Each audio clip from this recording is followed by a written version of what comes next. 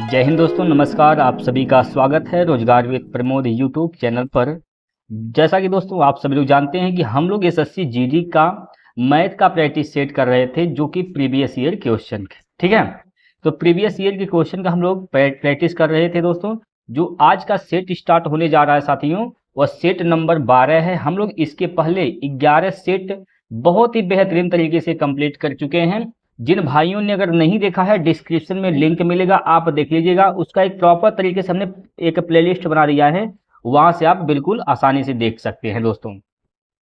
और साथियों, इसके पहले जो सेट हुआ था 11वां नंबर, हमने उसमें एक क्वेश्चन दिया था आपको लगाने के लिए। आप लोगों ने शायद नहीं लगाया, आप लोगों ने शायद नहीं देखा, तो उसका सलूशन हम इस वीडियो में कराएंगे। जो लोग प्रैक्टिस किए हैं, लगाने का प्रयास किए हैं, नहीं लगा पाए हैं, आज भी लास्ट में मैं उनको सॉल्व कराऊंगा। और फिर आज का एक सवाल दूंगा आपको लगाने के लिए, उसका जवाब मैं कल जो है उसको मैं बताऊंगा कैसे लगाना है। बाकी आप लगाइए और आंसर कमेंट बॉक्स में कमेंट करिए दोस्तों। तो चलिए, आप तैयार हैं? एक बार सभी प्यारे साथी वीडियो को लाइक शेयर कर देंगे और हम कहानी को स्टार्ट करते हैं।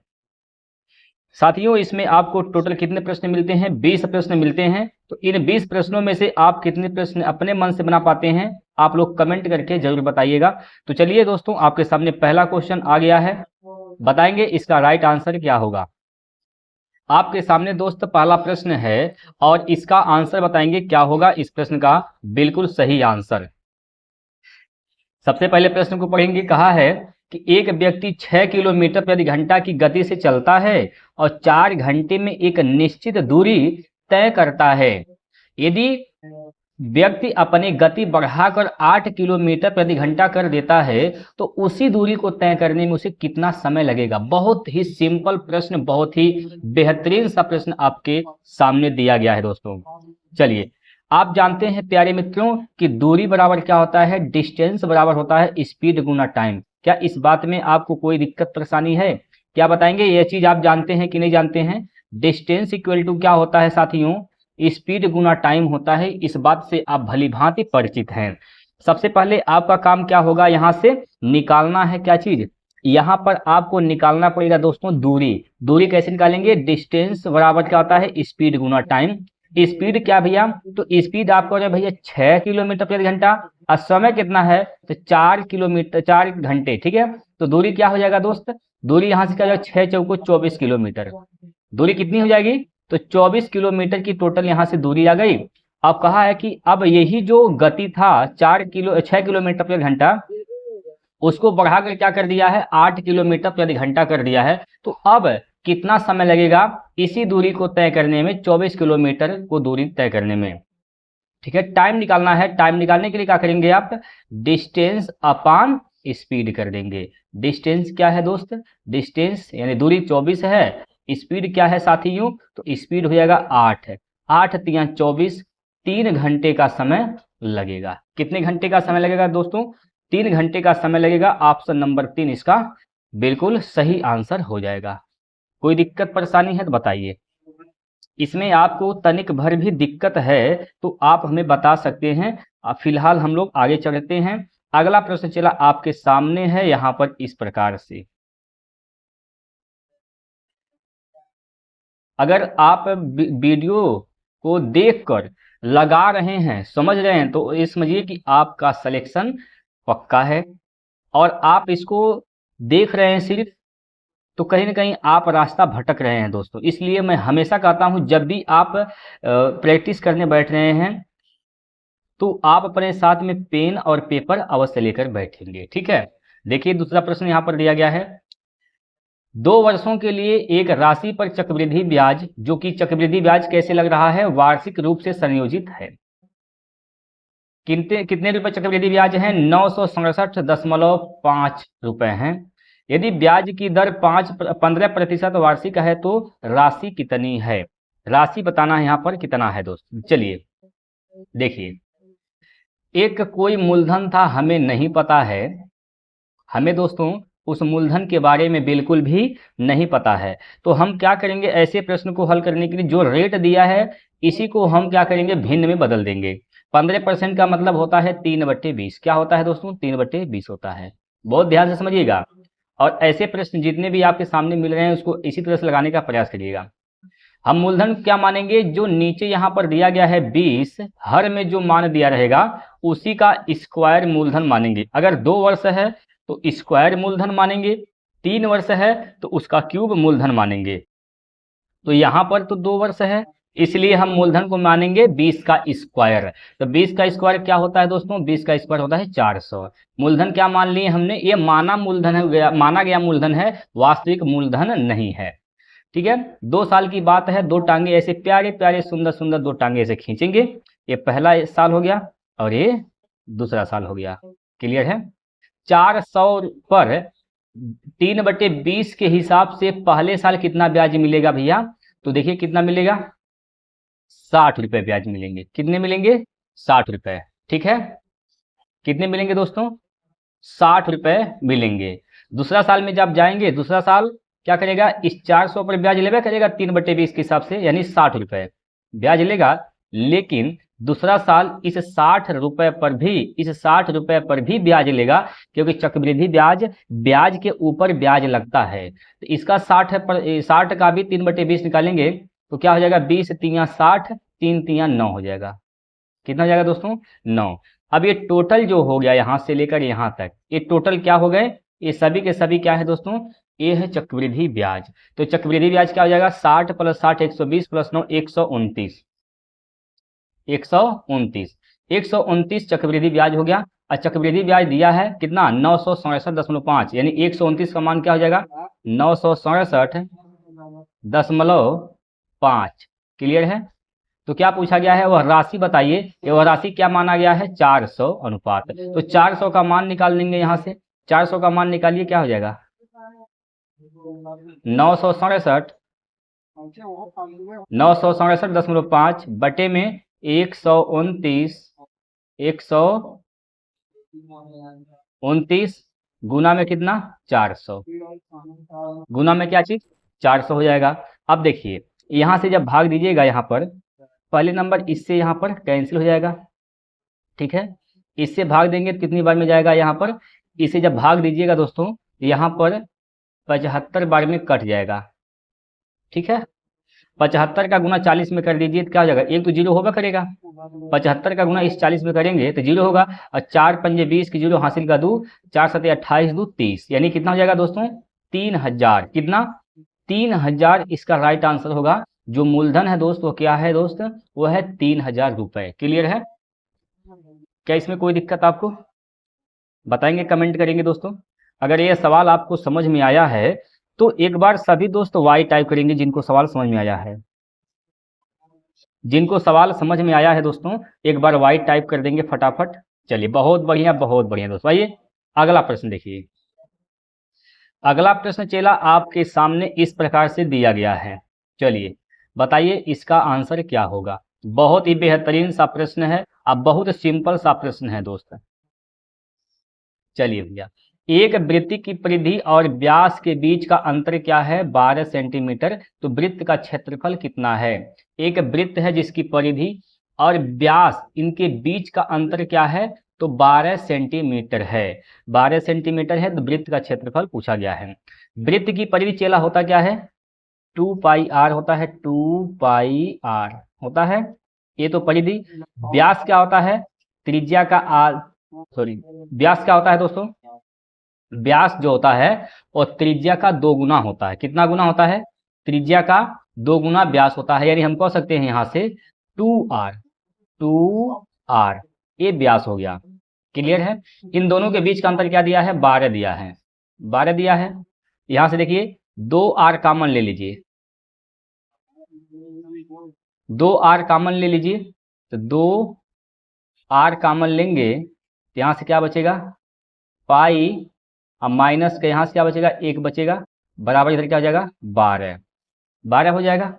2 से काटेंगे, 12 को 6 बार में कटेगा, यानी r का मान क्या हो जाएगा। यहाँ से देखिए पाई का मान क्या करेंगे आप, पहले इसको मान रख लेते हैं। पाई का मान क्या हो जाएगा, 22/7, 22/7 माइनस 1 बराबर में क्या, 6, 7 1 कम 7, 22 में से 7 घटाइए, 22 में से 7 घटाइए तो 15 बचेगा। ठीक है, तो 15 R बराबर 6 गुना 7 हो जाएगा, 6 गुना 7 हो जाएगा। या फिर हम कह सकते हैं R बराबर क्या हो जाएगा दोस्तों, 6 गुना 7/15, इतना हो जाएगा त्रिज्या। ये आ गई त्रिज्या। आपको क्या बताना है, तो आपको बताना है यहाँ पर क्या चीज, वृत्त का क्षेत्रफल। वृत्त का क्षेत्रफल का फार्मूला क्या होता है, तो इसका होता है pi r square, pi r square. तो पाई का मान क्या लिख यहाँ पर रखेंगे आप, पाई का मान चला क्या रखेंगे, तो 22/7 रखेंगे, 22/7 रखेंगे। आर का मान क्या रखेंगे यहाँ पर, 6 गुना 7 बटे कितना 15, 2 घात करना है तो 6 गुना 7/15 2 बार कर देंगे। क्लियर है, इसी को आप क्या कर देंगे, 2 बार कर देंगे। चलिए, कुछ कटेगा तो काट दीजिए, नहीं कटेगा तो कोई बात नहीं। देखिए यहाँ से 7 से 7 कैंसिल होगा, और 3 दूनी 6, 3 पाँचे 15, 3 पाँचे 15, 3 दूनी 6, 3 दूनी 6, ठीक है। अब यहाँ पर क्या हो जाएगा भाई, 2 दूनी 4, 22 चौक 88, 22 चौक 88 गुना 7, नीचे क्या हो जाएगा 5 पचे 25 हो जाएगा। अब इसको हल करिए, या फिर आप डिजिटल सम लगा सकते हैं। कैसे, देखिए इसको आप क्या मान लीजिए, आप इसको मान लीजिए, इसको 25 को क्या लिख सकते हैं, 25 को 100/4 लिख सकते हैं। बताइए, 25 को 100/4 लिख सकते हैं, 100/4 लिखेंगे, ऐसे लिख सकते हैं।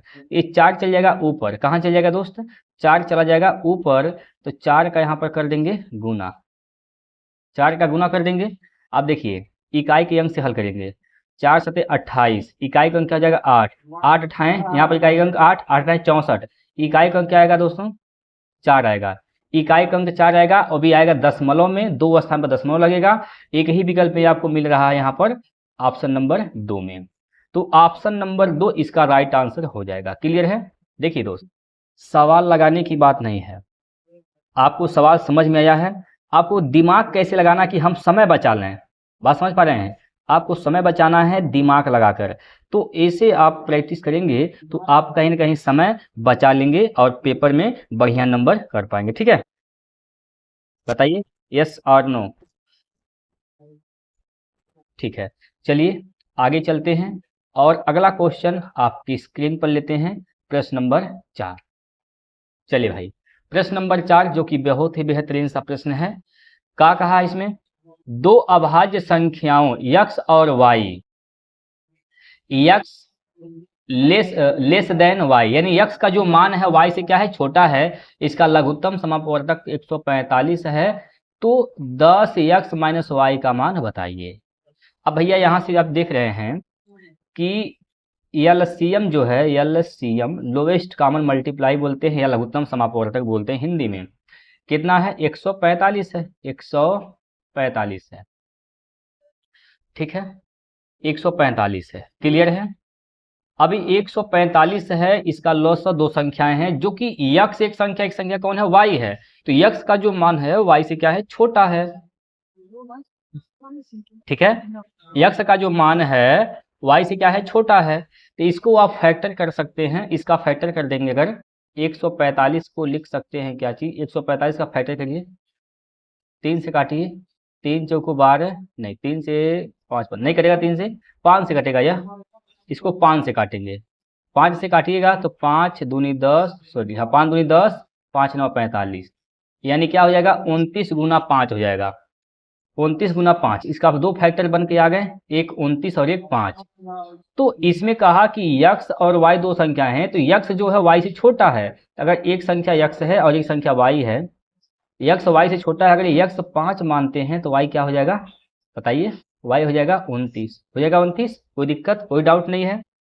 10x माइनस वाई का मान आपसे पूछा गया है, 10x का मान क्या रखेंगे यहाँ पर 5, 10 5 50 माइनस y 29 घटा देंगे यहाँ पर, तो 10 में से 1 9 गया तो 1 बचेगा, 4 में से 2 गया तो 2 बचेगा, तो इसका आंसर क्या हो जाएगा दोस्तों 21 इसका राइट आंसर हो जाएगा। क्या हो जाएगा 21 इसका राइट आंसर हो जाएगा, ऑप्शन नंबर 2। क्लियर है। बताएंगे सभी दोस्त, क्लियर है। चलिए अगला प्रश्न, प्रश्न नंबर 5 जो कि आपके स्क्रीन पर आ गया है, इसका आंसर आप लोग बताएंगे क्या होगा। देखिए क्या कहा गया इस सवाल में। इस सवाल में चला बोला गया है कि एक काम को 28 दिनों में पूरा कर सकता है। बी ए से 68% अधिक कुशल है। बी उसी काम को पूरा करने में कितने दिन लगेंगे। बी को अगर अकेले काम करता है तो वह कमवा जवन ए कर रहा है 28 दिन में, वह काम अगर बी करेगा अकेले तो कितना दिन में पूरा कर देगा। चलिए देखिए, एक बंदा ए है और एक बंदा कौन है, बी है। बी जो है ए से 68% अधिक कुशल है। ए से 68% अधिक कुशल मतलब ज्यादा। अगर ए का कुशलता 100 है तो बी की कुशलता क्या हो जाएगी, 68 ज्यादा, मतलब 168 हो जाएगा। क्लियर है, इसमें कोई डाउट नहीं है, बताएंगे। इसको आप रेशियो ले सकते हैं तो इसको छोटा कर सकते हैं काट कर, जब तक कटेगा काट के छोटा कर सकते हैं। देखिए इसको काट दीजिए, 4 से काटिए, 25 चौका 100 होता है। 4 से काटेंगे, 4 चौको 16 और 4 दूनी 8 हो जाएगा, और यहाँ पर 25 है। ठीक है, कह रहा कि ये क्या है, इनका एफिशिएंसी यानी क्षमता है। एफिशिएंसी यानी क्या है, क्षमता है। क्लियर है, ठीक है भाई। तो आप जानते हैं जो समय होता है क्षमता का क्या होता है, उल्टा होता है। तो समय का अनुपात क्या हो जाएगा यहाँ से, 42 और 25 इनका जो है समय का अनुपात हो जाएगा। ए करता है कितने दिन में, 28 दिन में। ए का समय का अनुपात क्या है, 42, यानी 42 का मान कितना दिया गया है, 42 का मान दोस्तों दिया गया है 28 दिया गया है। तो बी का पूछा गया है, बी कितना समय में करेगा, बी 25 अनुपात में करेगा। तो 25 का मान निकाल देंगे यहाँ पर, 25 का मान निकाल देंगे। क्लियर है, 25 का मान निकालिए, क्या हो जाएगा, 28 बटे में 42 गुना में 25। क्लियर, देखिए 7 छक 42, या तो ऐसे काटिए, 14 से काटिए, 14 तिया 42, 14 दूनी 28, 25 दूनी 50। तो 50 बटे 3 घंटा में क्या करेगा, बी उस काम को पूरा कर देगा। क्लियर है, 50 बटे 3 घंटा। तो किस विकल्प में दिया गया है यहाँ पर, ऑप्शन नंबर 3 दिन में, 3 ऑप्शन नंबर 3 में दिया गया है। तो तीसरा विकल्प इसका सही आंसर हो जाएगा। क्लियर है दोस्तों, बताएंगे इसमें कोई डाउट, कोई दिक्कत, कोई परेशानी है आपको सभी को तो एक बार बताएंगे। किसी भी चीज को लेकर आपको कोई प्रॉब्लम है, समस्या है, नहीं समझ पा रहे हैं, तो आप लोग कमेंट बॉक्स में कमेंट कर देंगे, मैं उसका सॉर्ट आउट करने का प्रयास करूंगा। क्लियर है भाई, अगला प्रश्न लेते हैं आपकी स्क्रीन पर। चलिए छठा प्रश्न आ गया है आपके स्क्रीन पर, और बहुत ही सिंपल सा प्रश्न है साथियों, घबराने की आवश्यकता नहीं है, बिल्कुल भी घबराने की आवश्यकता नहीं है दोस्तों। सवाल कैसे लगेगा, क्या होगा क्या नहीं होगा, सब आसान है दोस्त, सब बिल्कुल आसान है। आपको बस ध्यान से इसको पढ़ते चले जाना है। और देखिए हमेशा हम कहते हैं कि हर एक सेट आपके लिए महत्वपूर्ण है। प्रीवियस ईयर के प्रश्न चला तो प्रीवियस ईयर के आधार पर ही अगला सेट तैयार किया जाता है, बात समझ पा रहे हैं, इसलिए प्रीवियस ईयर बहुत इंपॉर्टेंट है। चलिए इसका बताएंगे क्या होगा राइट आंसर। अभिषेक अपने लैपटॉप की कीमत क्रय मूल्य से 50% अधिक अंकित करता है, वह अपने ग्राहक को अंकित मूल्य पर 30% छूट देता है, तो लाभ प्रतिशत कितना है। चलिए चला, अभिषेक का जो लैपटॉप खरीदा है उसको हम मान लेते हैं सीपी, जो कि कितना मान लेते हैं हम, 100 मान लेते हैं। क्रय मूल्य क्या मान लेते हैं, 100 मान लेते हैं। अब क्रय मूल्य से 50% ज्यादा अंकित कर दिया, यानी इसका मार्क प्राइस यानी अंकित मूल्य क्या हो जाएगा, 50% ज्यादा। 100 का 50% 50 होगा, तो 50 ज्यादा अंकित कर दिया, मतलब कितना लिख दिया, उस पर लेवल चिपका दिया, कितने का, 150 रुपए का, 150 रुपए का लेवल चिपका दिया। जब लेवल चिपका दिया 150 का, तो फिर कहा कि ओहो, अब हम क्या करेंगे ना इसमें, उसको हम ग्राहक को बनाएंगे बेवकूफ। क्या करेंगे हम, ग्राहक को बनाएंगे बेवकूफ, और हम क्या करेंगे, इस अंकित मूल्य पर 30% का छूट देंगे। कितने का छूट देंगे? 30% का छूट देंगे। अब भाई 30% का छूट कोई पाएगा तो एकदम भर भरा के सामान खरीदेगा, तो इसका निकाल देंगे हम यहाँ से सेलिंग प्राइस यानी एसपी। सेलिंग प्राइस एसपी मतलब विक्रय मूल्य। अब देखिए, आप जानते हैं कि जब अंकित मूल्य पर छूट दिया जाता है तो विक्रय मूल्य निकलता है। तो 150 पर कितने का छूट दिया गया? 30 का। तो बिका कितने में? 70 में। कितना बिक गया? 70 में बिक गया। यहाँ से 2 से 2 कैंसिल कर देंगे, 15 साते 105। कितना में बिका भैया? तो कितना बिका है? 105 में बिका है। 105 में बिका है। क्लियर है? अब देखिए दुकानदार की होशियारी देखिए, 100 में खरीदा, कितना में बेचा? 105 में। 100 से ज्यादा तो लाभ, 100 से कम तो हानि। 100 से कितना ज्यादा है? 5 ज्यादा है, इसका मतलब 5% का लाभ हुआ। कितने परसेंट का लाभ हुआ? 5% का लाभ होता है। ऑप्शन नंबर ए इसका राइट आंसर हो जाएगा। क्लियर है? बताइए भैया, क्या इसमें कोई दिक्कत है, परेशानी है आपको? अगला प्रश्न चलिए। अगला प्रश्न बहुत ही लाजवाब बेहतरीन सा प्रश्न आपके सामने है। चलिए बताइए इसका राइट आंसर क्या होगा। एक व्यक्ति ने साधारण ब्याज पर 24% की वार्षिक दर से कुछ धनराशि उधार दी। 5 वर्षों में ब्याज उधार ली गई राशि से 1200 अधिक हो गया। उधार ली गई राशि कितनी है? देखिए दोस्तों, जो एसआई होता है, सिंपल इंटरेस्ट होता है, साधारण ब्याज होता है, वह RT% होता है, R गुना टी होता है। ठीक है, R गुना टी। अब यहाँ से R गुना टी करिएगा तो 24 गुना 5 करेंगे, 24 पंजे 120 हो जाता है। क्या होता है?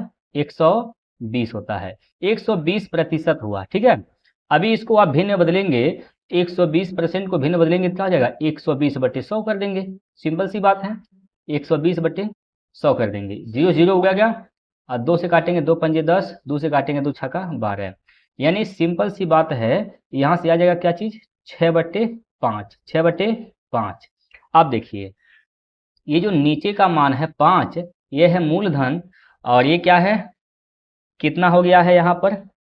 कितना हो गया भैया? तो यहाँ से आप देख रहे हैं 6 हो गया है, ये मिश्रधन हो गया। तो ब्याज कितना मिला है? 5 से 6 होने में कितना ब्याज मिला है? 1 अनुपात। तो ब्याज कितना मिला यहाँ से? 1200। 1 अनुपात का मान क्या हो जाएगा? 1200। 1 अनुपात का मान दोस्तों कितना? 1200। तो 5 अनुपात का मान निकालेंगे तो क्या हो जाएगा? 5 गुना 1200। 5 गुना 1200, 12 पंजे 60 यानी 6000।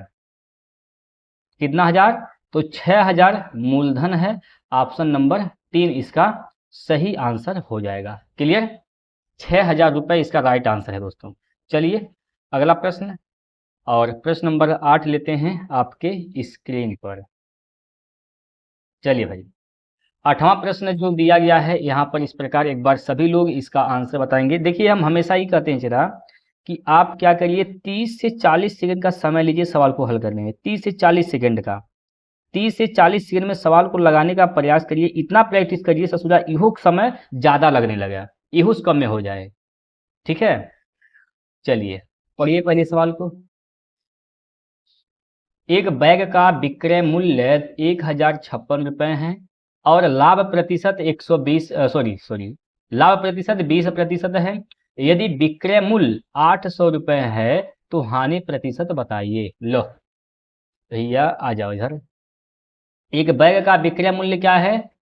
1056 रुपया है। तो लाभ कितना होता है? 20%। 20% का मतलब कितना हो गया? 20% का मतलब 1/5 होता है। मतलब ये हुआ कि अगर उसका सीपी मतलब क्रय मूल्य 5 है तो बिका कितने में, यानी एसपी क्या हो जाएगा? 6। 6 का मान कितना दे रखा है? 1056 दे रखा है। 1056 दे रखा है। कितना गुना हो जाएगा यहाँ से? ये कितना गुना होगा यहाँ से देखिए, 6 कम 6 4 बचेगा, और हो जाएगा यह 45। 6 साते 42, 42 3 बचेगा, और 6 छवा के 36, 176 गुना हो जाएगा। तो ये भी 176 गुना हो जाएगा, 176 गुना ये भी हो जाएगा। तो 6 पंजे 30, और 5 सते 35, 35 3 38, हासिल का 3, 5 एकम 5 3 8। यानी क्रय मूल्य क्या हो गया इसका, क्रय मूल्य यहाँ से आ गया 880 रुपये। कह रहा कि अब वह 880 रुपये का धन अगर बेचेंगे हम कितना में, 800 रुपया में, तो हानि कितना हो जाएगा। अब देखिए भैया 880 में खरीदे हैं, 800 में बेच रहे हैं, तो हानि होगा, तो कितना हानि हो जाएगा, 80 रुपया का हानि है। 80 रुपये का हानि, हानि किस पर होता है आप जानते हैं भैया, हानि जो होता है वह क्रय मूल्य पर होता है। तो क्रय मूल्य क्या है 880 गुना में कितना 100। क्लियर, 0 से 0 खत्म, 8 से काटेंगे तो 11 बार में कैंसिल। 1/11 का मान क्या होता है 9.09%। 9.09% ऑप्शन नंबर 2। ऑप्शन नंबर 2 इसका राइट आंसर हो जाएगा। क्लियर है, एक बार सभी लोग थम्स अप करके बताएंगे क्या इसमें कोई डाउट आपको। अगर दोस्त आपको कोई डाउट लगता है तो आप निसंदेह आप बताइए, किसी भी प्रकार का कोई भी डाउट अगर आपको है तो आप बिल्कुल बेहिचक आप उसको बताइए, तो उसको हम प्रयास करेंगे आपके डाउट को खत्म करने का। क्लियर, चलिए अगला प्रश्न देखिए। अगला क्वेश्चन जो कि प्रश्न नंबर 9, क्या बोला गया 21.84 के 66.67% का 7.14% का मान कितना है।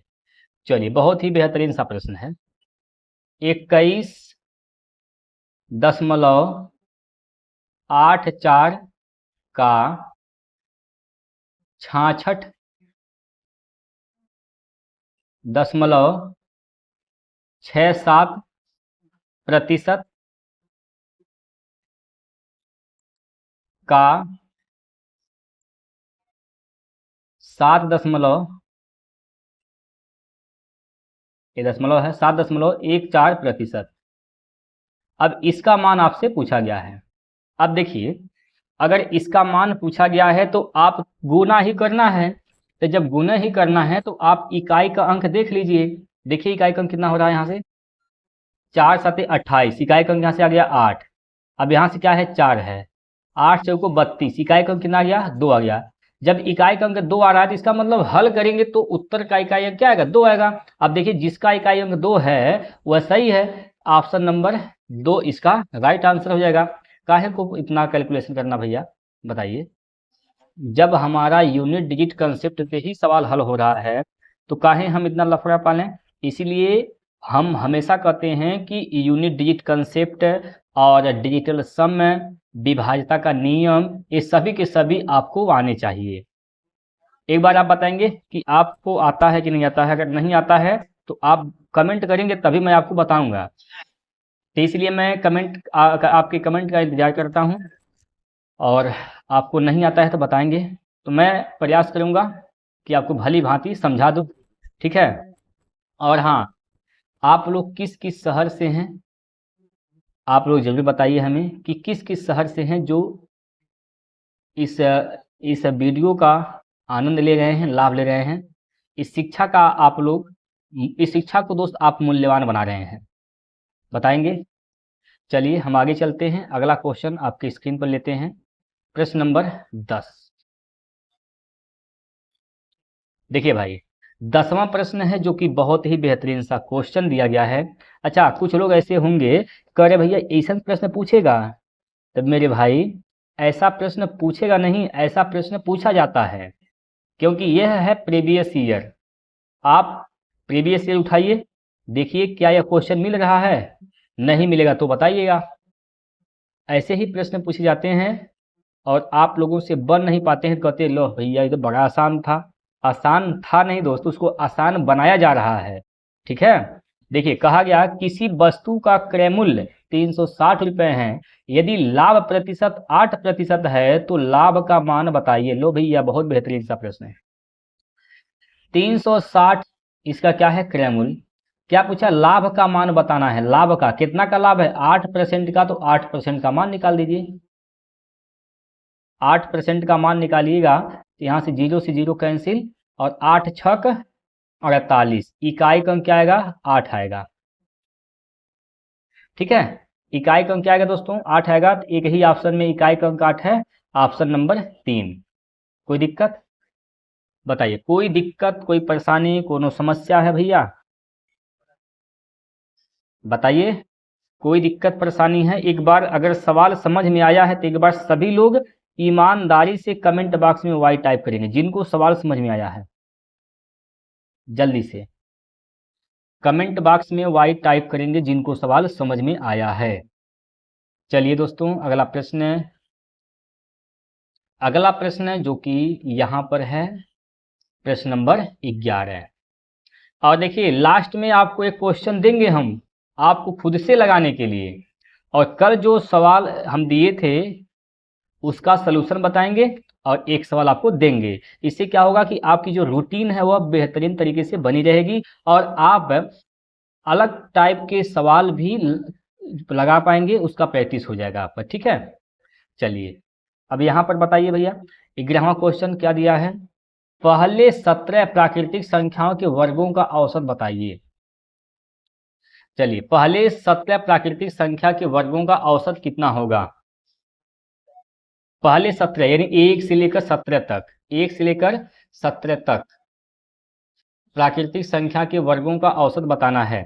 तो मैं इस सवाल को देता हूं होमवर्क में, इसका जवाब आप सभी दोस्त बताएंगे कमेंट बॉक्स में। देखते हैं कि आप लोगों ने संख्या पद्धति को कैसे पढ़ा है, कितना पढ़ा है। और कल जब हमारा वीडियो आएगा दोस्तों, इसका मैं सलूशन बताऊंगा आपको, बस लेकिन आपको पहले लगाना है। ठीक है, चलिए आगे लेते हैं अगला क्वेश्चन। चलिए अगला प्रश्न यहाँ पर देख पा रहे हैं आप सभी दोस्त। अच्छा, यहाँ पर 12वां क्वेश्चन यहाँ पर आया है और इस प्रश्न में क्या कहा जा रहा है कि यदि किसी वस्तु का विक्रय मूल्य 2400 रुपये है और अंकित मूल्य 3000 रुपये है तो छूट प्रतिशत कितना है? ला भैया, देखिए 3000 उसका क्या है? अंकित मूल्य है, मार्क प्राइस यहाँ पर लिख दे रहे हैं, मार्क प्राइस एमपी क्या है? 3000। और उसका सेलिंग प्राइस बोले तो विक्रय मूल्य कितना है? तो वहां पर देख पा रहे हैं कि ये जो है दोस्त, ये 2400 रुपये है, 2400। इसका निकाल दीजिए अनुपात। क्या निकाल देंगे यहाँ पर? अनुपात निकाल देंगे यहाँ पर। ठीक है, जब अनुपात निकालिएगा चेला तो 2 जीरो से 2 जीरो यहाँ पर कैंसिल हो जाएगा। ठीक, और 2 से काटेंगे या तो 6 से काटिए, 6 चौको 24, 6 पंजे 30। अब देखिए 5 का अंकित मूल्य 4 में बिका है तो कितने का छूट? 1 का। किस पर? 5 पर गुना 100। किसी भी भिन्न को प्रतिशत में बदलने के लिए 100 से गुना करते हैं, तो 5 से काटेंगे तो 20 से 5 100 होता है 20%। कितने परसेंट का छूट दिया गया है? 20% का छूट दिया गया है। Option number 4 is the right answer. 20% का छूट दिया गया है दोस्तों। क्लियर है? चलिए, उम्मीद करता हूं यह सवाल आपको समझ में आए होंगे। और अगला क्वेश्चन, प्रश्न नंबर 13वां आपकी स्क्रीन पर आ गया है। चलिए भैया, प्रश्न नंबर 13 जो कि आपके स्क्रीन पर दिया गया है, एक बार सभी लोग 30 सेकंड का समय लीजिए और फटाफट आप लोग कमेंट बॉक्स में इसका आंसर टाइप करेंगे। 30 सेकंड का टाइम लेना है आपको, 30 सेकंड का। चलिए बताइए क्या होगा इसका राइट आंसर।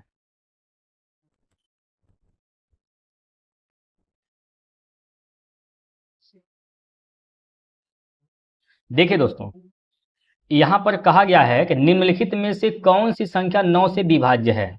देखिए, हम जब आपको बताएंगे डिजिटल सम के बारे में तो हम 9 पर खेल खेलना सिखाएंगे, क्योंकि पूरा का पूरा जो डिजिटल सम है साथियों, वो 9 का ही खेल होता है।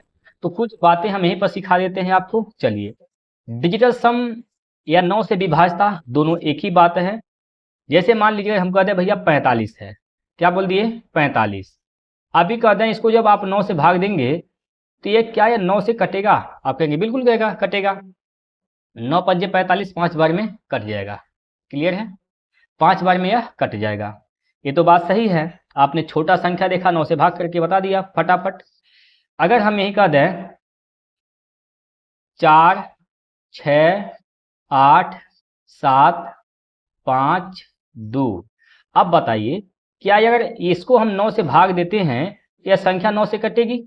आप कहे बहुत सी सिंपल बात है, 9 से भाग देकर चेक कर लेंगे। तो 9 से भाग देकर चेक तो करेंगे, बात सही है, लेकिन अगर आप इसमें कुछ अलग अप्रोच लगा देंगे तो भाग भी नहीं देने की आवश्यकता हो। क्या, कौन सा अप्रोच है वह? उसी अप्रोच का नाम दिया गया है डिजिटल सम। कौन सा सम? डिजिटल सम। डिजिटल सम होता क्या है साथियों? अंकों का योग करना है और क्या बनाना है? 9 बनाना है। अंकों को योग करके, अंकों को जोड़ करके 9 बनाते हैं, और जहां 9 बना उसको क्या मान लेते हैं? 0 मानते हैं। इसी को हम क्या कहते हैं? रिमाइंडर या डिजिटल सम बोलते हैं। जैसे यहाँ पर देखिए, यहाँ 5 4 9, 9 का मतलब 0, तो यहाँ पर डिजिटल सम क्या हो जाएगा? 0, यानी इसका शेषफल क्या है? 0 है। जब आप 45 को 9 से भाग करेंगे तो शेषफल क्या बचेगा? 0 बचेगा। उसी शेषफल को ही हम क्या कहते हैं? डिजिटल सम बोलते हैं।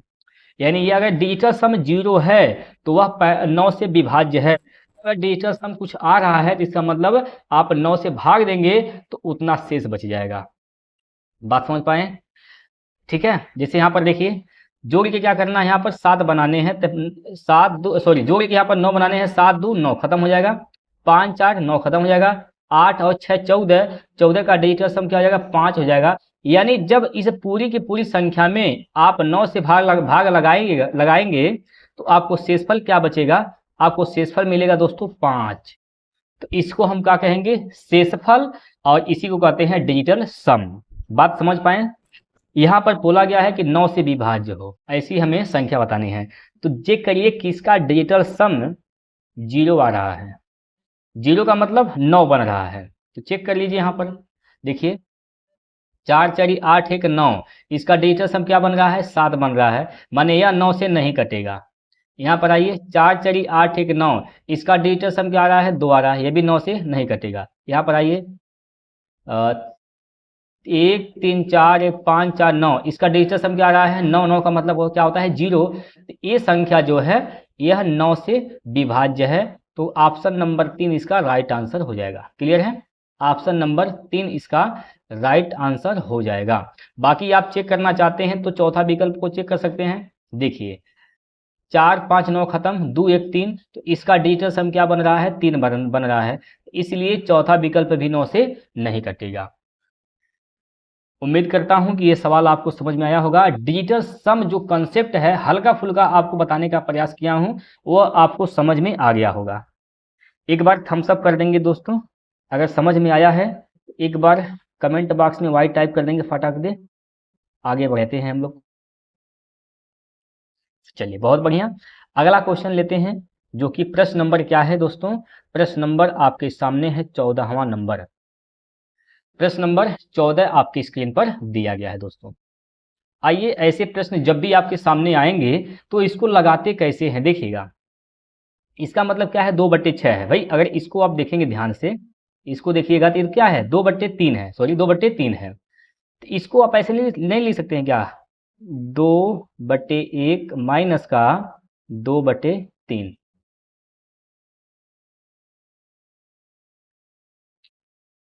लिख सकते हैं क्या ऐसे? सॉरी दोस्तों, यहाँ पर 1/2 आपको कॉमन लेना पड़ेगा। यहाँ पर आपको यहाँ पर क्या करना पड़ेगा? 1/2 कॉमन लेना पड़ेगा, क्योंकि देखिए दोनों का अंतर क्या है? 2 आ रहा है, सभी में अंतर 2 आ रहे हैं, तो 1/2 आपको कॉमन लेना पड़ेगा। ठीक है, अभी इसको हल करेंगे आप, तो 2 3 6 में से 2 गया तो 4/3, गुना में क्या है? 1/2 है, 2 दूनी 4, 2/3, वापस से भी ये क्या है? 2/3 ही है। ठीक है, इसलिए आप ऐसे लिख सकते हैं भैया, ये क्या है? ये 2 है, 2 है यहाँ पर। उसी प्रकार प्लस इसको लिख सकते हैं 2/3 माइनस का 2/5 लिख सकते हैं, प्लस उसी प्रकार यहाँ से 2/5 माइनस का 2/7, फिर प्लस 2/99 माइनस 2/101। ठीक है, 101। यहाँ से देखेंगे ये प्लस माइनस मिलेंगे और कट जाएंगे ये सब। इसी प्रकार से यहाँ पर कटता चला जाएगा, ये डॉट डॉट डॉट डॉट है दोस्तों, कटता चला जाएगा। लास्ट में क्या बचेगा? यहाँ से 1/2 बचेगा, और शुरुआत में बचेगा 2, लास्ट में क्या बचेगा? 2/101 बचेगा। इसी को हल कर दीजिए, आंसर आपके सामने हो जाएगा। 101 का गुना 2 में करिएगा तो क्या हो जाएगा भाई, 101 का गुना जब 2 में करिएगा तो क्या होगा, 202 हो जाएगा। 202 में से 2 घटाएंगे तो क्या बचेगा, 200 बचेगा।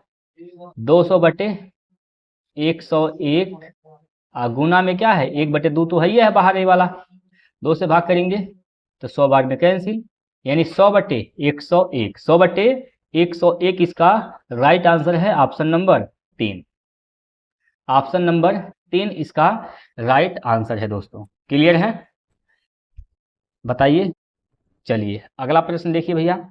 अगला प्रश्न जो कि आपकी स्क्रीन पर दिया गया है, अगला प्रश्न, चलिए क्या बोला गया है, किसी वस्तु पर लगाया गया कर 17% कम हो जाता है और उसकी खपत 17% बढ़ जाती है, तो राजस्व में प्रतिशत परिवर्तन क्या होगा। देखिए क्या परिवर्तन होगा, 17 कम हुआ है, कम के लिए माइनस, वृद्धि के लिए प्लस, -17 गुना 17/100, ये तो कट जाएगा, प्लस माइनस से कट जाएगा। 17 का गुना करेंगे 17 में तो क्या हो जाएगा, 289, 289, 100 से भाग करेंगे 0.2 स्थान पर, ये क्या होगा, कमी होगा, क्योंकि यहाँ पर माइनस आ रहा है ना, माइनस क्या बताता है, कमी को बताता है। तो कितने की कमी हो जाएगी, राजस्व परिवर्तन प्रतिशत क्या हो जाएगा, 2.89, 2.89 की क्या होगी, कमी होगी, कमी होगी दोस्तों। तो कमी के लिए ऑप्शन नंबर 2 इसका राइट आंसर होगा। ठीक है, कोई दिक्कत परेशानी नहीं ना है। चलिए अगला प्रश्न देखिए।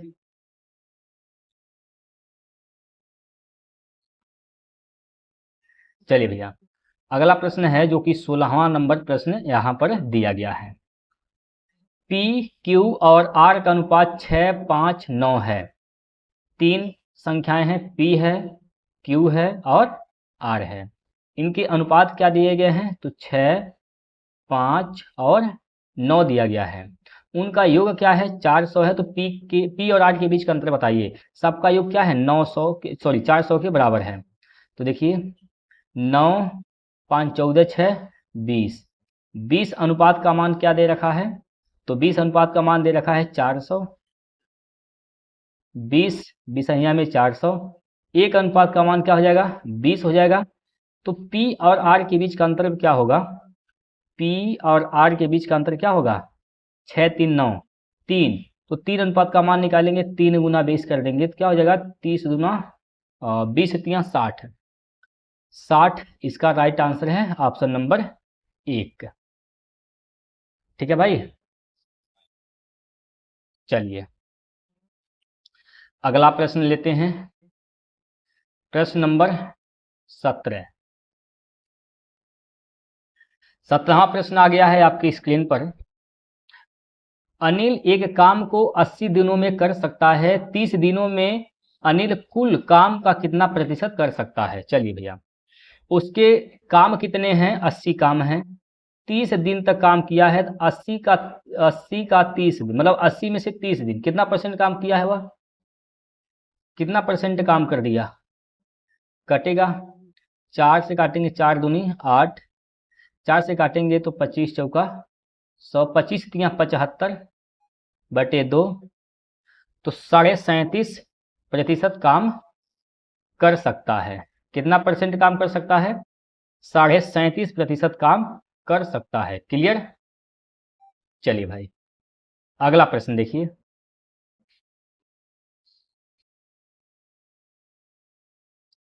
चलिए अगला प्रश्न यहाँ पर है, 11 पुरुषों के एक समूह की औसत 53 वर्ष है। टोटल कितने पुरुष हैं, 11 पुरुष हैं, एक समूह में हैं, तो उनकी औसत क्या है, औसत जो आयु है वह 53 वर्ष है, मतलब हर एक पुरुष 53 वर्ष का है।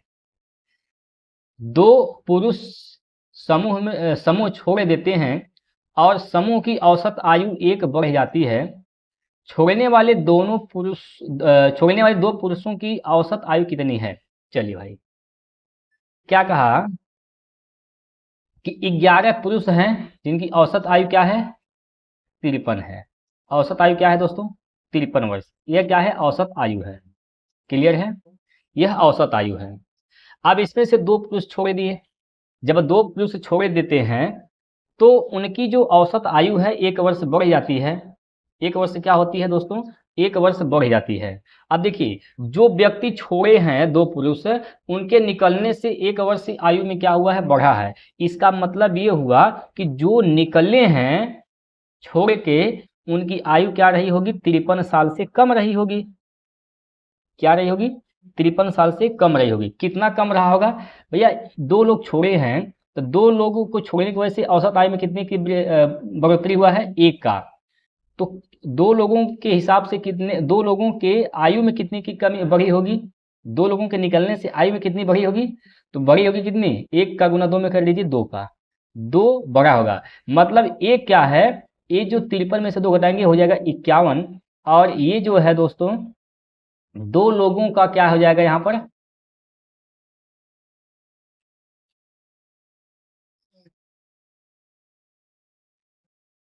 ग्यारह पुरुषों के एक समूह की औसत आयु 53 वर्ष है। 2 पुरुष समूह छोड़ देते हैं और समूह की औसत आयु 1 वर्ष बढ़ जाती है। समूह छोड़ने वाले 2 पुरुषों की औसत आयु कितनी है? देखिए, 11 पुरुष की औसत आयु क्या है? 53 है, तो इनका सम क्या हो जाएगा? सम क्या हो जाएगा? 11 गुना 53। 11 गुना 53 क्या होगा? यहाँ से 3, 5 3 8, और यहाँ से 5। जब 2 पुरुष छोड़ दिए हैं, छोड़ने के बाद कितने पुरुष यहाँ पर बचे हुए हैं? कितने बचे भाई? 2 छोड़ दिए, 9 बचे। 9 बचे, तो औसत आय में कितने की वृद्धि? 1 की वृद्धि। 53 से क्या हो गया? 54 हो गया। ये जो है 9 पुरुषों की आयु का योगफल हो जाएगा। 9 छक्का 9 चौक 36 के 6 हासिल का 3, और 9 पंजे 45, 45 3 48। तो 2 पुरुषों का योगफल क्या हो जाएगा? यहाँ से निकाल देंगे। 13 में से 6 गया तो क्या बचेगा? 7। 17 में से 8 गया तो क्या बचेगा? 9 बचेगा। ये जो 2 पुरुष छोड़ के गए हैं, उनकी आयु का क्या है? योगफल है। तो योगफल नहीं पूछा, उनकी पूछा है औसत क्या होगा। औसत निकालने के लिए क्या करेंगे? 2 से भाग कर देंगे। 2 चौको 8, 1 बचेगा, 2 अट्ठे 16, 1 बचेगा, दशमलव लगाएंगे, हो जाएगा 10, 2 पंजे 10, यानी 48.5। कितना हो जाएगा? 48.5 वर्ष। राइट है, 48.5 वर्ष इसका राइट आंसर हो जाएगा। क्लियर है? बताइए भैया। चलिए अगला प्रश्न देखिए। अगला प्रश्न जो कि प्रश्न नंबर 19 है। इसमें क्या कहा गया?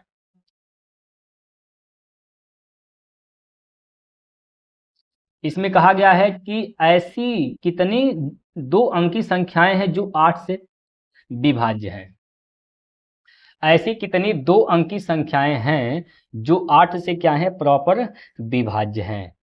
अब 2 अंकों की संख्या बताना है आपको जो 8 से कट रही हों। अब देखिए, 2 अंक से स्टार्ट कहाँ से होता है? 10 से स्टार्ट होता है। 10 से तो 8 से कटेगा नहीं। 10 8 से कटेगा नहीं। 11 12 13 14 15, कौन सी अंक कटेगी? सॉरी, 16 कटेगा। 16 कटेगा, ठीक है, 16 कटेगा। उसके बाद 8 जोड़ते चले जाइए इसमें। 8 जोड़ेंगे, 16 8 24, फिर 8 इसमें जोड़ दीजिए, 24 और 8 32, फिर इसमें 8 जोड़ दीजिए, 32 8 40,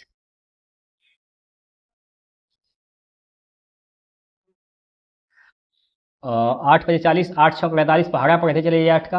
8 छक 48, 8 छक 48, 8 सत्ते 56, 8 सत्ते 56, 8 अठाएँ 64, 8 9 72, 8 दहिया में 80, 8 दहिया में 80 हो जाएगा। और क्या होगा भैया? फिर 88 हो जाएगा। 88 8 88 और 8 क्या हो जाएगा? 8 8 16 96। इतनी संख्याएं हैं जो 8 से विभाज्य होंगी 2 अंक की। तो कितनी हो गई आप देख सकते हैं। ये तो क्या हमने बताया कि 2 अंकों की संख्याएं स्टार्ट कहाँ से होती हैं? 10 से होती हैं। कितनी संख्याएं हो गई? देखिए, 1 2 3 4 5 6 7, 8, 9, 10, 11। कुल कितनी संख्याएं हो गई दोस्तों? कुल हो गई 11 संख्याएं जो 8 से विभाज्य होंगी। तो इसका राइट आंसर क्या हो जाएगा? 11। क्लियर है? चलिए अगला प्रश्न देखेंगे, और अगला प्रश्न जो कि आज का सेट का लास्ट प्रश्न होगा, प्रश्न नंबर 20। चलिए 20वां प्रश्न आपके स्क्रीन पर आ गया है, आप लोग इसका आंसर करके बताएंगे क्या होगा। एक स्मूदी रेसिपी में फलों और दही का अनुपात 5:2 है, और दही और शहद का अनुपात 3.1 है। यहाँ पर 3.1 है दोस्तों, इसको याद रखेंगे। यहाँ पर 3 क्या है? 1 है। ठीक है। रेसिपी में फलों और शहद का अनुपात कितना है? क्या क्या चीज है? फल है और दही है। यहाँ पर इसका अनुपात क्या है? तो 5:2 है। 5:2 है। दही और शहद का अनुपात क्या दिया है? दही और शहद का ये दिया है 3:1, यानी 3:1 यहाँ से हो जाएगा। ठीक है। यहाँ पर आ जाएगा क्या? यहाँ पर आ जाएगा 2, और यहाँ पर आ जाएगा ये 3। किसका किसका पूछा है? फल और शहद का पूछा है, तो दही से लेना देना नहीं है। तो 3 5 15 और 2 1 2, यानी 15:2। 15:2 के अनुपात में हो जाएगा। क्लियर है? 15:2 के अनुपात में क्या हो जाएगा? उस रेसिपी में फल और शहद का अनुपात हो जाएगा। क्लियर भैया? चलिए ये 20 प्रश्न हम लोग किए हैं। अब आपका कर्तव्य है कि आप बताइए कि इन 20 प्रश्नों में से आप ईमानदारी से कितने प्रश्न के जवाब आपने खुद दिए हैं, कितने प्रश्न आपसे बन पाए हैं। चलिए कमेंट करके बताइए। और लेते हैं कल का जो सवाल था। कल का जो सवाल दोस्तों हम दिए थे, वो सवाल ये था, और आप लोगों ने प्रयास भी किया है। जो लोग प्रयास नहीं करते हैं, कामचोर जो हैं, आप लोग बिल्कुल सवाल को लगाते रहें, प्रयास करते रहें, प्रैक्टिस करते रहें, तभी आप सवाल को हल कर पाएंगे। ठीक है। देखिए क्या कहा गया है। 589 प्लस 187 माइनस 589 माइनस 187 बटे 589 गुना 187। देखिए अगर कभी भी यहाँ पर माइनस का सिंबल है और बीच में इन दोनों का गुना किया गया है, तो इसका आंसर क्या आएगा? 4 आएगा। कितना आएगा? 4 आएगा। अगर यहाँ पर माइनस है तो यहाँ पर क्या आएगा? इसका आंसर 4 आएगा। तो 4 ही इसका राइट आंसर हो जाता। ठीक है। 4 ही क्या होता है? इसका राइट आंसर हो जाता। 10 सेकेंड का काम नहीं है दोस्तों, 5 सेकेंड में आंसर आप टिक करके आगे बढ़ जाएंगे। लेकिन इसके पीछे का लॉजिक क्या है, उसको हम सिखाकर तब आगे बढ़ेंगे। ऐसा हुआ क्यों? देखिए हम मान लेते हैं चला यह ए है, और इसको मान लेते हैं बी है। क्लियर है? तो ए हो जाएगा ए, और ये हो जाएगा बी। यहाँ पर क्या देख रहे हैं? यहाँ पर एक चीज दोस्तों मिस्टेक हो गया है, इसको जरा सुधार कर लेंगे। यहाँ पे सुधार ये करना है, यहाँ पर यहाँ स्क्वायर है दोस्तों। क्या है? स्क्वायर है। ठीक है। ये स्क्वायर वाला बात यहाँ पर छूट गया है। ठीक है भाई, ये स्क्वायर करना था वहाँ पर, स्क्वायर वहाँ पर छूट गया है। अब यहाँ पर लगाइए ए प्लस बी का होल स्क्वायर का सूत्र क्या होता है? ए का स्क्वायर प्लस बी का स्क्वायर प्लस 2 AB होता है। ठीक है। और यहाँ माइनस ए माइनस बी का होल स्क्वायर का सूत्र लगाएंगे, तो ए का स्क्वायर, ए का स्क्वायर, देखिए प्लस बी होता है, लेकिन यहाँ माइनस रहने की वजह से बाहर देखिए यहाँ पर माइनस है, इस माइनस की वजह से अंदर के चिन्ह क्या हो जाएंगे? बदल जाएंगे। तो यहाँ पर क्या हो जाएगा? माइनस का बी का स्क्वायर। इसके बाद होता है माइनस 2AB। तो माइनस है तो माइनस बाहर होने की वजह से ये प्लस का 2AB हो जाएगा। प्लस का 2AB होगा, 2AB। और नीचे क्या हो जाएगा? यह ए है और यह बी है, तो AB हो जाएगा। देखिए यहाँ से plus a square minus a square plus b square minus b square cancel, 2AB plus है, 2AB प्लस है, तो 4AB हो जाएगा, 4AB हो जाएगा। अब बटे क्या होगा? AB बटे AB। तो AB AB से कैंसिल क्या बचेगा यहाँ पर? 4 बचेगा। इसलिए हमने कहा कि अगर यहाँ पर माइनस का सिंबल है, स्क्वायर में दिया गया है, तो क्या होगा, एक ए प्लस बी का होल स्क्वायर है, माइनस ए माइनस बी का होल स्क्वायर है, नीचे ए बी है, तो उसका आंसर हमेशा क्या आएगा, 4 आएगा। दोस्तों इसके पीछे का लॉजिक ये था। उम्मीद करता हूँ कि आपको समझ में आया है। थोड़ा सा मिस्टेक हो गया था दोस्तों, आप लोग बता दिए होते तो अच्छा होता। हालांकि चलिए, आप लोगों ने प्रयास ही नहीं किया तो क्या करेंगे आप। यहाँ पर स्क्वायर नहीं किए, हमने गलती कर दिया था, यहाँ पर स्क्वायर था दोस्तों, ठीक है। चलिए, तो ये जो कल का सवाल हम दिए थे ऐसे सॉल्व करना था। बाकी आज के लिए सवाल यहाँ पर दे रहे हैं, आप लोगों को हल करना है। देखिए, ये सवाल आप लोग नोट कर लेंगे, स्क्रीनशॉट ले लेंगे, और इसका जवाब हमें कमेंट बॉक्स में चाहिए आंसर, ठीक है। तो चलिए, आज के लिए इतना ही रखते हैं, फिर कल मिलते हैं अगले प्रैक्टिस सेट को लेकर। तब तक के लिए जय हिंद, जय भारत, वंदे मातरम।